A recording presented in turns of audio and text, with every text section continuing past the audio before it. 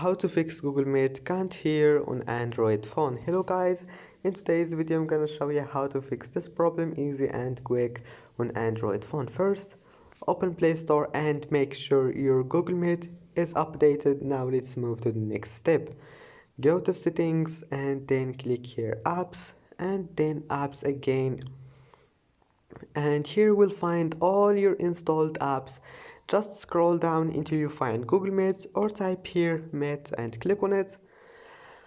Now click for stop and go to storage, clear cache, and that's it. Now click permissions, give it all of those permissions here, give it all of those, and that's it. Now go back, restart your phone and try again, and that's it for today's video. Don't forget to like and to subscribe, and see you in the next video.